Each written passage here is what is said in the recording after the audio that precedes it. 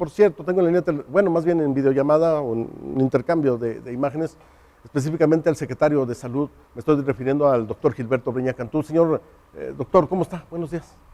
Buenos días, ¿cómo estás? Un Bien gusto aquí, saludarte. bien aquí, señor secretario. Señor secretario, denos a conocer un panorama. ¿Cómo estamos en Zacatecas? Ya entramos al semáforo rojo. ¿Esto qué significa? Pero ¿qué significa en términos médicos, en términos económicos y en términos de un futuro pues, a corto y mediano plazo? ¿Qué nos espera? Bueno, mira, actualmente en Zacatecas tenemos y hemos revisado cerca de 2,000 pruebas. Ajá. De estas 1,400 han salido negativas. Tenemos 402 pacientes confirmados y tenemos 53 defunciones. ¿Qué es lo que ha pasado? Según la estadística, ahorita vamos a llegar al punto máximo de contagios, es entre la segunda y tercera semana del mes de junio. Después de eso debe de comenzar un declive.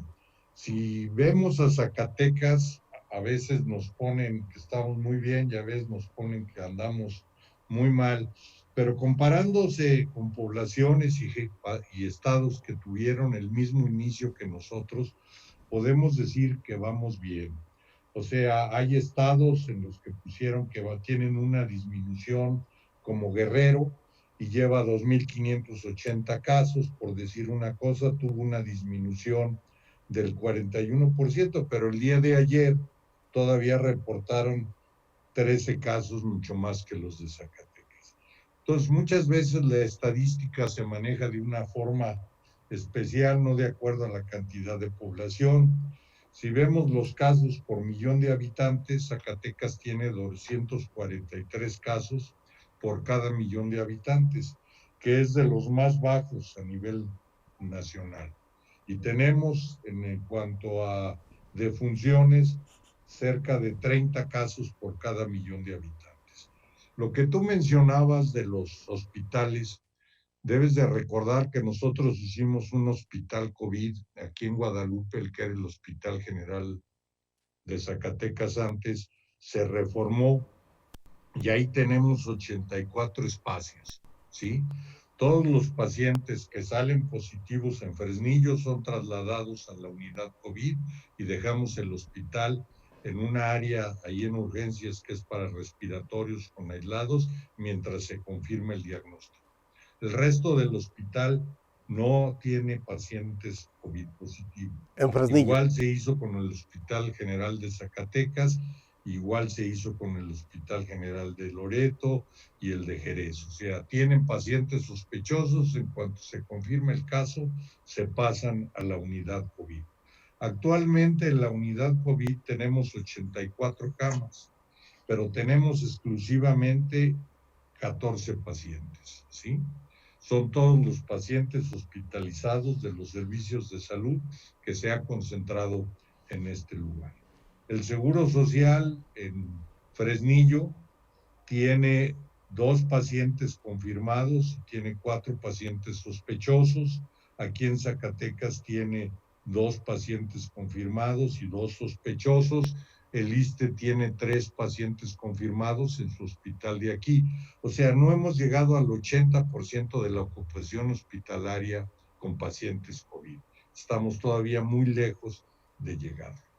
¿Qué significó que nos cambiaran a rojo? Zacatecas ha tenido la peculiaridad de que es una población muy dispersa. Y si nos ponemos a ver todos sus municipios, pues tenemos cerca de 30 municipios que no han tenido ni un solo caso de COVID.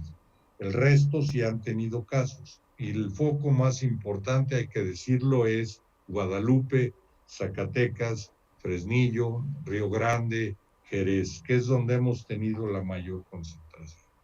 ¿Qué ha pasado en Fresnillo últimamente? Pues que es donde hay el mayor número de población, ¿verdad? Que tiene un grupo de jornaleros, los cuales tienen que venir a trabajar, su única forma de subsistencia, y esto hace que entonces aparezca un mayor número de casos por parte de los jornaleros. Hemos estado en contacto con el presidente municipal, Saúl, hemos hablado continuamente, me comentó que ayer iba a ir a Río Florido y a San José de Lourdes para ver cómo estaba, poner ciertos requisitos. Ahora, debemos de tomar en cuenta que los jornaleros, a la hora que son contratados, el lugar donde duermen, descansan, son lugares donde hay mucho hacinamiento. Hay 15, 20 personas en un solo cuarto. Las áreas de comida son comunes, entonces hay un constante contagio ahí entre la gente. Y tú lo mencionabas muy bien. ¿De quién depende que nosotros podamos volver al semáforo anaranjado o que nosotros lleguemos a reducir esto? De la gente. O sea, nosotros como sector salud, el gobierno estatal, el gobierno municipal, podemos decir cuáles son las normas, qué es lo que se debe de hacer para cuidarse. Pero si la gente, como tú lo dices, no lo hace y no es una nueva normalidad, tenemos que entender que esta es una nueva realidad. O sea, lo que vamos a vivir es algo que no estaba antes, en el que vamos a tener que cuidarnos constantemente, en que todas las personas vulnerables, que son los mayores de 60 años, diabéticos, hipertensos, con alguna comorbilidad, deben de cuidarse. Y si nos vamos a las estadísticas del número de fallecimientos que tenemos, las personas mayores de 70 con comorbilidad que se presenta esta enfermedad, casi el 50% tiene mortalidad. De 60 a 70 años baja a un 35, de 50 a 60 andamos entre un 15 y un 17, y de ahí para abajo sí disminuye la comorbilidad, a menos la mortalidad, perdón, de que tengan una comorbilidad muy importante, como puede ser una diabetes con insuficiencia renal, que los pone en un estado de mayor vulnerabilidad. Entonces, ¿de quién depende? De la gente.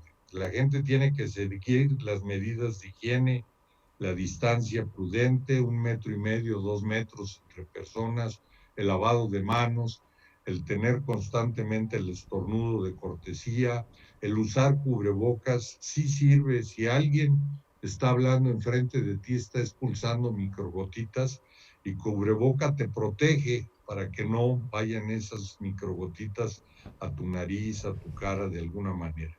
Entonces hay que guardar la distancia y usar el cubrebocas. La persona enferma debe de estar consciente que debe de aislarse. Tuve países como Nueva Zelanda, en el cual ya declararon que acabaron con el último paciente que tenía coronavirus. ¿Y qué es lo que hacen? Cierran sus fronteras y cualquier persona que regresa tiene que estar aislado 14 días. Si no tiene sintomatología, ya se puede reintegrar a la sociedad. Fue lo mismo que pedimos aquí a nuestros paisanos cuando vinieron, que se aislaran 14 días y después podían hacer ya su vida normal dentro de su comunidad para evitar contagio. Ahora, señor secretario, ¿qué tanta corresponsabilidad hubo precisamente de aquellas personas que vinieron de Estados Unidos en resguardarse los 14 días? Eso es por un lado. Y por otro lado, en el asunto de los jornaleros, en el caso del municipio de Fresnillo, pues en el pecado llevamos la penitencia, ¿no? Y eso yo creo que desde que salió el primer caso con aquella mujer que tenía preeclampsia, a partir de la fecha, nosotros cada semana o cada día son 5 o 6 casos, en una situación que me parece que los fresnilleses nos hemos cuidado, pero quienes vienen a Fresnillo me parece que son los que han potenciado precisamente esta morbilidad que hoy en día estamos enfrentando. Tienes razón en eso, pero mira, muchas veces salimos y ¿qué es lo que hacemos al llegar a casa? En la casa tienes papá, mamá, abuelitos, tíos, gente que puede ser vulnerable. Y si tú no sigues las medidas de higiene cuando regresas a la casa, los vas a contagiar. O sea, una vez que tienes contacto con una persona, tarda entre 2 y 7 días en manifestarse los síntomas. Pero 2 días antes de que se comiencen a manifestar, puedes ya ser un portador y puedes contagiar a ciertas gentes. Entonces, aquí lo importante es que tengamos responsabilidad todos. Sí hay jornaleros, pero también hay gente de Fresnillo y hay que decirlo, ¿verdad? O sea, no todos son los jornaleros. Claro. El presidente municipal adecuó ahí una estancia, un asilo, donde están los pacientes jornaleros que tienen y han salido positivos. Ahí han ido las puérperas, han ido las embarazadas con sus hijos y de alguna forma están más o menos controladas. Pero si tú ves el número de movilidad que tiene Fresnillo, podemos decir que es bastante alto. Y si hablas en cuanto al número de accidentes que han habido vehiculares o de motos y todo, quiere decir que la gente está saliendo porque no ha disminuido mayormente. Ok. Finalmente, señor secretario, Gilberto Breña Cantú, para todos los que nos están escuchando en radio, no solamente los que estamos en televisión, lo que señalaba y lo que precisaba. A ver, doctor, nada más para aclarar, del total de los jornaleros agrícolas que ustedes han identificado como positivos y de los que tiene 86 Fresnillo, ¿qué número es de jornaleros? Por un lado, y por otro lado, ¿qué hay que hacer en estos días? Porque usted nos está mencionando que en la segunda o tercera semana del presente mes alcanzaremos el pico máximo. ¿Qué debemos de hacer? ¿Volver a resguardarnos, volver a estar en casa, volver a limitar comercios, o lo que usted señalaba ahorita también, volver a limitar la movilidad? Mira, yo creo que es importante que te quedes en casa. Si no tienes a qué salir, quédate en casa. Si tienes necesidad de ir a un comercio, que vaya una persona, de preferencia que no sea vulnerable, sea menor de 70 años y sin comorbilidad. Hay que guardar la distancia entre una persona y otra, hay que usar el cubrebocas, sobre todo si nos vamos a lugares donde hay mucha gente, como puede subirnos a un camión, a ir a un banco donde hay gente formada, o si vamos a ir a una tienda, ¿sí? Y la cuestión es, si tú vas a un supermercado y tocas los alimentos, los puedes contaminar. Llega otra gente y no sabe ni quién los tocó y se puede contaminar. Entonces es importante que si tú tocas cualquier cosa, lleves tu botellita con alcohol gel, echarte en las manos, sanitizarte para poder seguir funcionando. También hay que contar que los billetes pueden llevar el padecimiento y hemos tenido casos en bancos de cajeras que han estado utilizando los billetes. Entonces hay que sanitizarlos también los billetes para evitar el contagio. Ahí con lo que estás pasando como que no se ve mucha sana distancia. No, ese es justamente, señor. Y otra, ¿verdad? Ese es justamente, señor secretario Gilberto Breña Cantú.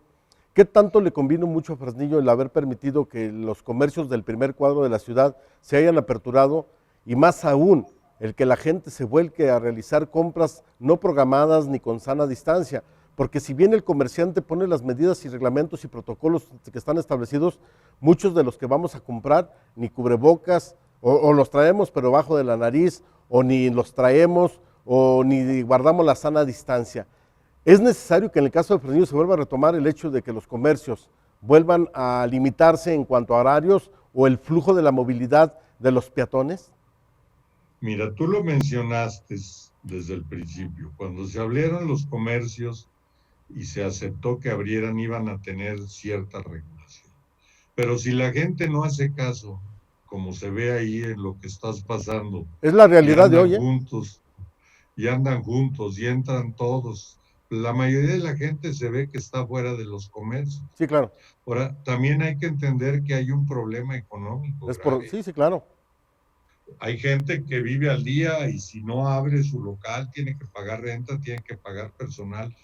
Pero yo creo que aquí lo más importante es nosotros como sociedad. Tenemos que aprender a cuidarnos nosotros, a cuidar a los demás para evitar que aumenten los contagios. Okay. Eso es lo principal. Bien, ¿verdad? Finalmente, señor secretario. El virus llegó para quedarse. Sí, vamos a llegar a diciembre y vamos a seguir teniendo el virus circulando. O sea, es como la influenza. Claro. Esperemos que ya exista una vacuna y que de alguna forma podamos proteger a los grupos más vulnerables. Finalmente, señor secretario, y no sin antes agradecerle que nos haya tomado la videollamada, es preguntarle lo que le dejé en tintero. ¿Cuántos de los jornaleros agrícolas han salido positivos actualmente a COVID? No tengo el número exacto, pero te lo podemos enviar en sí, que me lo envíen, minutos. Por favor. Claro que sí. Le agradezco mucho, señor secretario, estoy a la orden. Gracias, para servirte, un gusto estar contigo.